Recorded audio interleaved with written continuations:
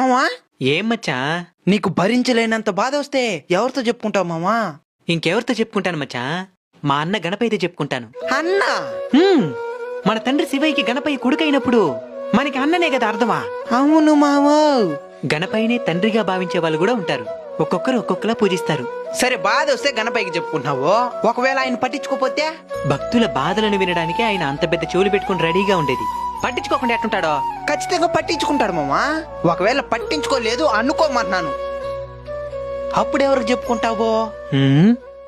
మా రెండో అన్న సుబ్రహ్మణ్యుడికి చెప్పుకుంటాను. ఒకవేళ ఆయన కూడా పట్టించుకోలేదంటే?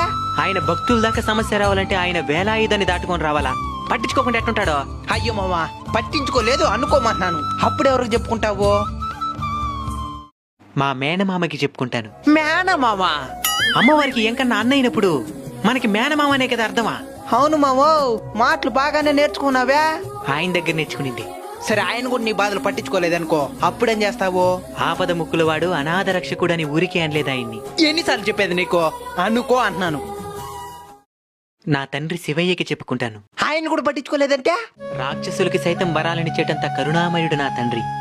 అలాంటిది బిడ్డని పట్టించుకోకుండా ఉంటాడా? పట్టించుకోలేదు అనుకోమంటున్నాను, ఇంకెవరికి చెప్పుకుంటావో? మా అమ్మకి చెప్పుకుంటాను. ఆమె కూడా పట్టించుకోలేదనుకో. అమ్మ ప్రేమ అనంతం, అమ్మ కోపం విధ్వంసం. బిడ్డ బాధపడుతుంటే తండ్రైనా ఒక క్షణం ఆలస్యం చేస్తాడేమో గాని తల్లి అరక్షణం కూడా ఆలస్యం చేయదు. కరుణతో కంటికి రెప్పలా కాపాడుకునేది ఆమె, ఖాళీగా మారి కాలాన్ని సైతం మింగేసేది ఆమె. అందుకే పెద్దలంటారు, అమ్మదయ్య ఉంటే అన్నీ ఉన్నట్టే.